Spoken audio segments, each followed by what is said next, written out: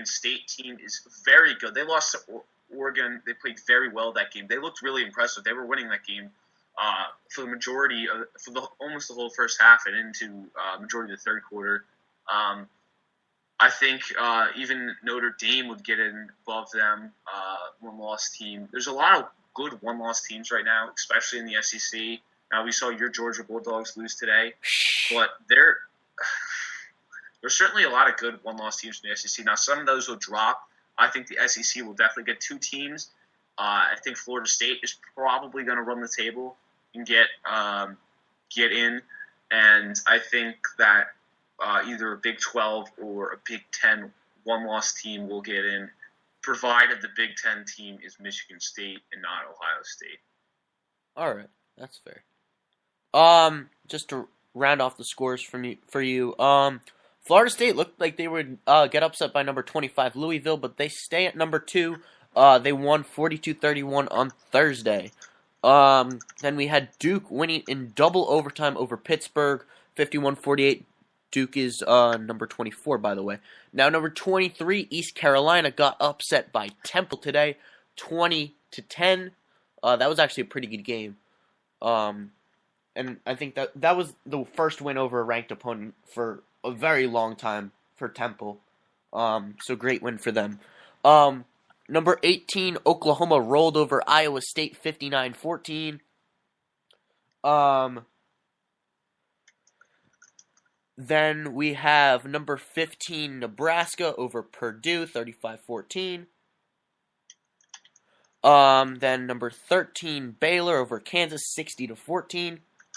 And then the other upset, it looked like an upset to begin with, but number 7 TCU held on to beat number 20 West Virginia 31-30. That was a great finish to a great game. Then, as CB mentioned, number 11 Georgia took a loss from Florida 38-20. That was extremely painful to watch. I don't know what got into the Gators, but hats off to them.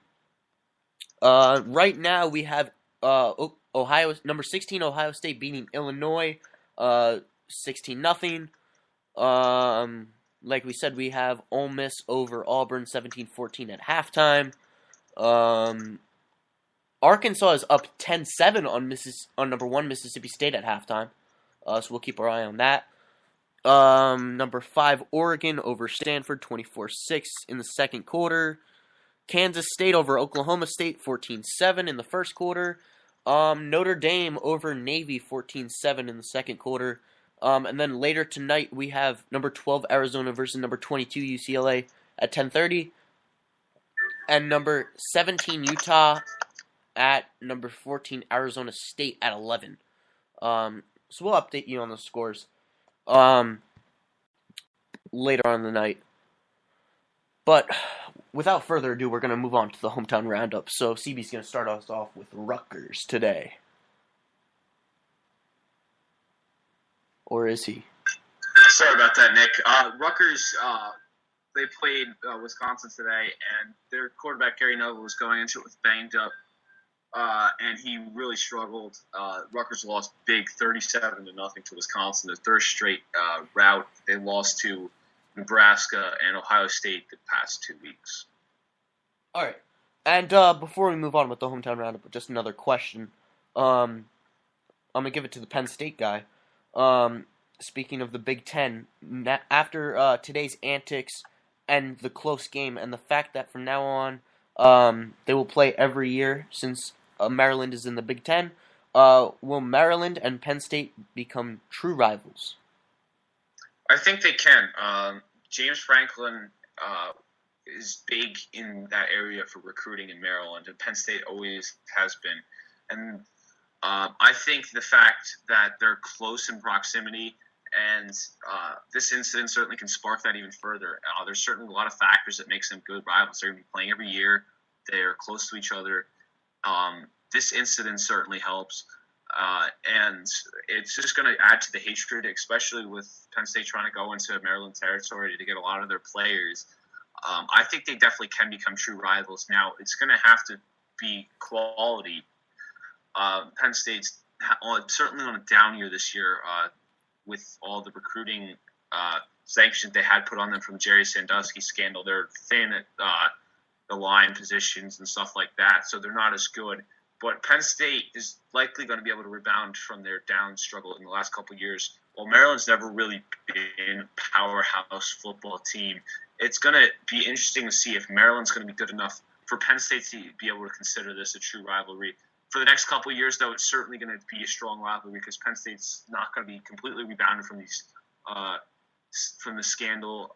So I think it has the potential to become a full rivalry, but it's just going to it's going to mainly matter on how good these two teams are and if they're going to be close games. Yep, I just had a diehard Terps fan text in. He says they will be. Also consider they have to battle for recruits. They're pretty close together. So yeah, I could see that definitely. If you want to take the NFL, you can go ahead as well. And then in the NFL, the hometown roundup, we had the Giants, who are still 3-4. They had a bye week last week. They'll play the Colts on Monday Night Football this week. And the Jets fell to 1-7 as they lost the Bills 43-23, as we already talked about in our Garden State Sharp segment. Geno Smith and Mike Vick combined for 6 interceptions. Smith was pulled after 3 of them in the first 3 series of the game. Vick led it back to be a close game. Chris Ivory had a rushing touchdown, get within 3 at the half, and then Mike Vick threw 3 interceptions of his own. And the Jets lost by 20 points. The Jets will go to Arrowhead Stadium to play the Chiefs at 1 o'clock tomorrow, and Michael Vick will be the starting quarterback. And the Jets made a move today to bring Matt Sims onto the roster. So if something goes wrong with Mike Vick, we might be seeing Matt Sims instead of Geno Smith in the big game second. All right, and I have to ask you before we move on to hockey, if you were Rex Ryan, well, actually no, let's say you're a coach smarter than Rex Ryan, would you start Michael Vick over Geno Smith this week? I would start Matt Sims. I don't see there's any point in starting either of those guys. They both have had their chances and done terrible with it. I guess you can give Vick a start or two, but the Jets are not coming back from a 1-7 hole to make the playoffs. Smith is not going to fit into their future. Matt Sims could possibly play his way in trade bait or something like that. I think it's more valuable for them to use a young player like him and try and develop him and see if he can amount to be a backup quarterback for them or trade bait in some sort of another. Because Geno Smith and Mike Vick are not going to get anything out of the season for them. So I'd like to see Matt Sims play, but that's obviously not going to happen. I also do not think Rex Ryan's the problem in New York, so I think that Rex Ryan's shot was unnecessary. Well, considering they cut Matt Sims in favor of Greg McElroy, I don't see that happening for the Jets. But then what do you do with Geno Smith? Do you cut him? Do you trade him? If there's anyone willing to trade for him? Well, obviously no one's going to trade for him at this point. You can't cut him. I think the option either way is going to be that they're going to go after a quarterback in the draft this year. They're 1-7 records, so there's a good chance that they're going to end up with a bad record and be able to get a quarterback high, whether it's going to be Jameis Winston, Marcus Mariota, or someone of those likes. They definitely need to get a quarterback, and I don't think it's going to come from internally. Geno Smith has been given every opportunity to try and win the starting job and fly with it forever and become a franchise quarterback, and he was never able to do that. So I think that they're going to have to go elsewhere to get a quarterback and try in the draft again, because Geno Smith has been unable to fly with the Jets job and basically make them a playoff team, which with their defense they should be, even though their cornerbacks are not very talented at all. I mean, when's the last time the Jets drafted a halfway successful quarterback? Chad Pennington?